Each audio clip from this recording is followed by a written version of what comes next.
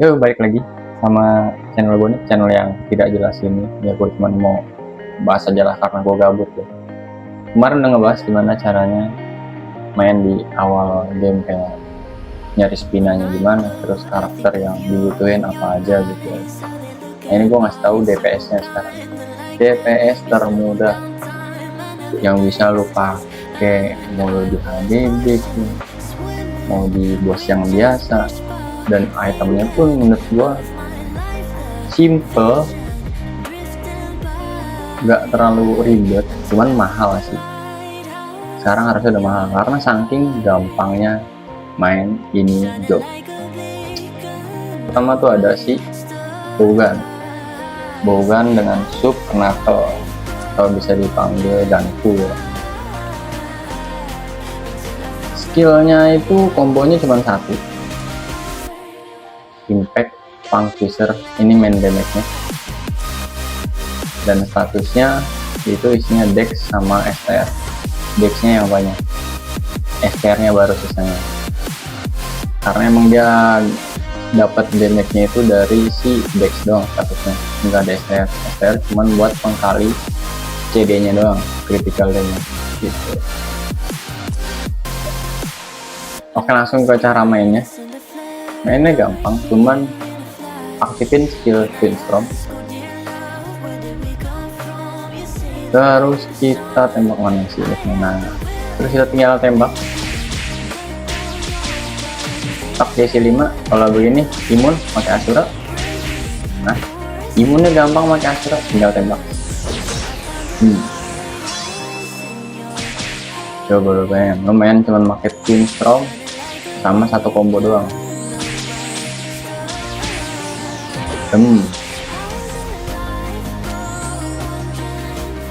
Sekali lagi, mana, nih dia, tembak. Sangat mudah. Sekarang ke skillnya. Skill yang diambil di shoot skill dulu, langsung aja. Vanquisher udah pasti, ini main damage-nya, ini imun, udah mau ambil serangan, ini juga main damage-nya, lebih sering dia, ini finalnya, tembak atau ginian. Ini pasifnya, long range damage, ini buat nambahin damage semua skill yang bisa di cast di 8 meter. Contoh kayak tadi Vanquisher, damage kan bisa dipakai dari 8 meter ya, jadi ya damage kan nambah. Oke, ini buat ngatur pro rate. MP manajemennya nggak usah, dari attack MPR doang, dari bapaknya. Nah ini aja cukup. Attack MP recovery itu udah cukup asli. Tadi lo lihat MP gue nggak berkurang sama sekali, jadi mantap. Apalagi ntar rumah kayak Ricky, gue makin oke lagi. Ini pun masih level 109, jadi masih bisa dikembangin, atau mau nunggu gue bikin tentang si ganti ini. Oke, lanjut langsung yang kedua. Yang kedua nih bau tanah.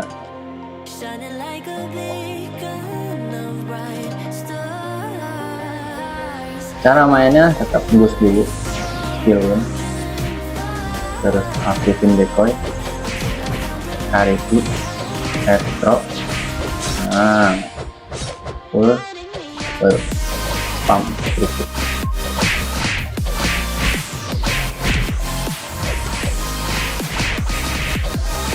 Yap, kayak gitu loh. Ini damage-nya kecil karena gue belum plus S ya, tapi lo lihat sendiri itu damage-nya luar biasa banget, bener-bener DPS parah, spam aja. Kita tes lagi, attack, dur. Nah ini imunnya pakai si Zephyr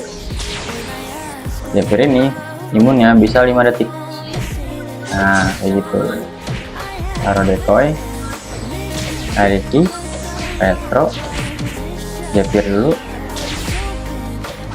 turun, baru lepas ya udah. Ini unik.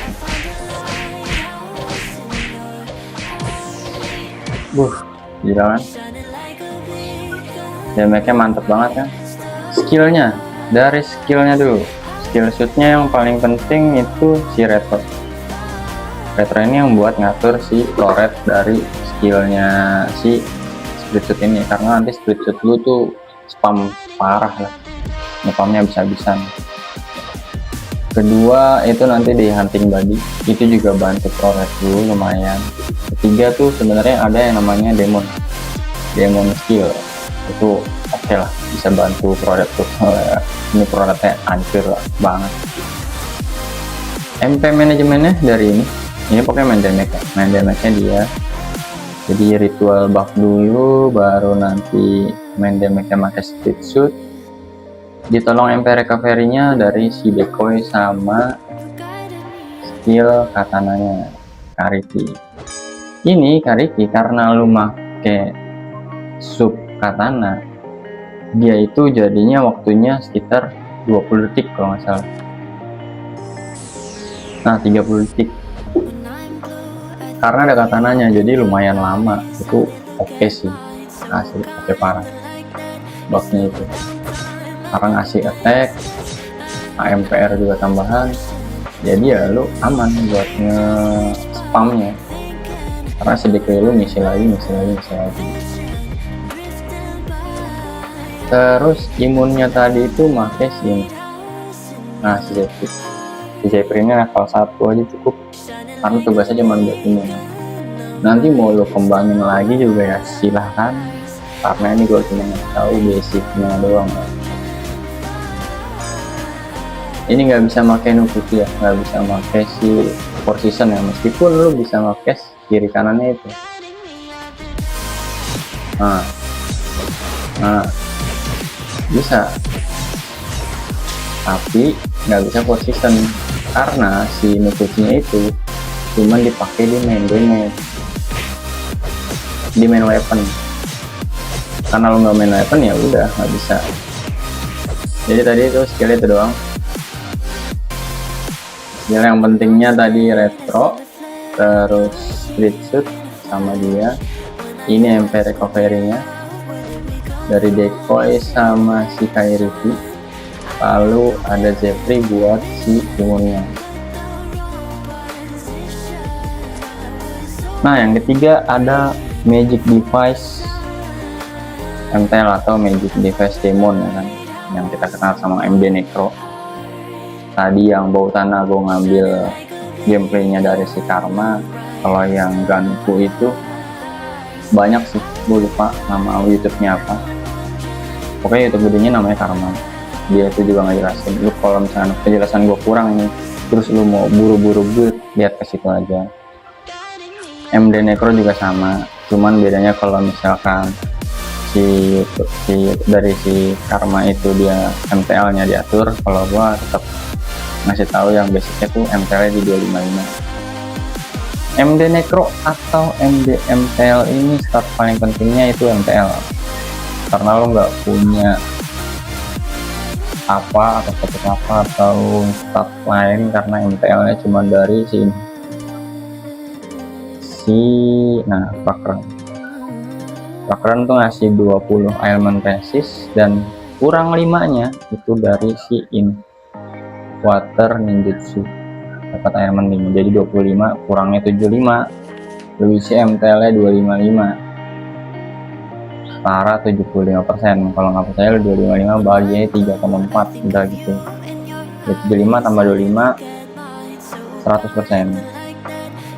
Bisa dikurangi isi MTL-nya, cuma nanti lo caranya jadinya kelop gitu ya, pilih aja.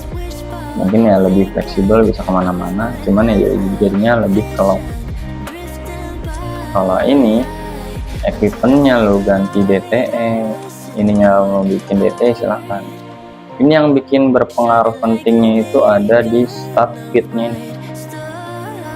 Nah gue bilang kalau yang tadi 2 itu mudah, yang 2 lagi ini kenaik sama si MDMTL itu bersyarat karena mahal. Tapi kalau lo bikin itu benefitnya banyak, karena dia bisa hampir solo albos.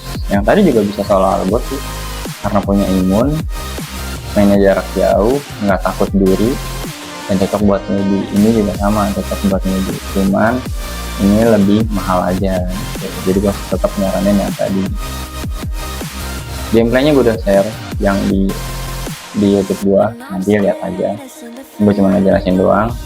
Yang ketiga itu ada MDMTL, dan yang keempat itu ada kenaiknya, atau bisa dibilang itu Paladin. Nanti gue lagi bikin videonya, jadi tunggu aja. Kalau nggak mau nunggu kenaik itu, lihat di si Sunsetia, itu bagus tuh dia. Demonstrasi kenaiknya oke. Kalau yang di Karma mungkin oke, cuman menurut gue masih gambling lah, karena dia sendiri pun bilang kan kayak ini dia nggak tahu mau diarahin kemana, mau jadi glass cannon kah atau mau jadi, cuman kalau nanti yang gue bikin mungkin bisa dipakai buat ngetank, tapi nanti bisa dipakai juga buat DPS. Tapi jangan ngarep DPS-nya tuh sewah DPS lain, karena kan lo ngambil beberapa status buat jadiin tanknya itu. Jadi ibaratnya kayak fighter lah, lu tetap bertahan ngadepin bosnya sendirian, tapi bisa ngedamage gitu, bantu tim, dan pro rate-nya pun bisa lu tahan aman gitu. Ya mungkin segitu dulu dari gua. Yang paling penting gua saranin yang tadi aja 2. Kalau mau yang ketiga ini MDMTL oke juga, cuman agak mahal. Yang terakhir ada si kenaik, itu berguna banget buat newbie karena dia bisa jadi tank, nyari partinya gampang, bisa jadi DPS juga, mau solo manapun juga bisa gitu. Sebenarnya mau nyarinin DS sih 2 sword, tapi banyak yang harus dibenahin ya. Gue belum bisa rekomendasi YouTube manapun, bahkan gue sendiri pun DS nya itu deck STR, jadi DS sekte sesat. Lalu kalau mau lihat aja, DS juga oke karena dia bisa jarak jauh kan, jarak jauh jarak dekat itu adrenalinnya bisa. Nanti kalau udah pro lo mainnya apa, katana. Asli main katana itu di tulisannya udah ada, damage-nya kecil tapi serangannya cepat. Ya lo harus gimana caranya ngekill musuh dengan imun sebanyak itu ya, tapi paling gede resikonya. Pokoknya sepuh itu gua anggap lu bisa main katana, lu udah gitu aja. Sekian dari gua, thank you.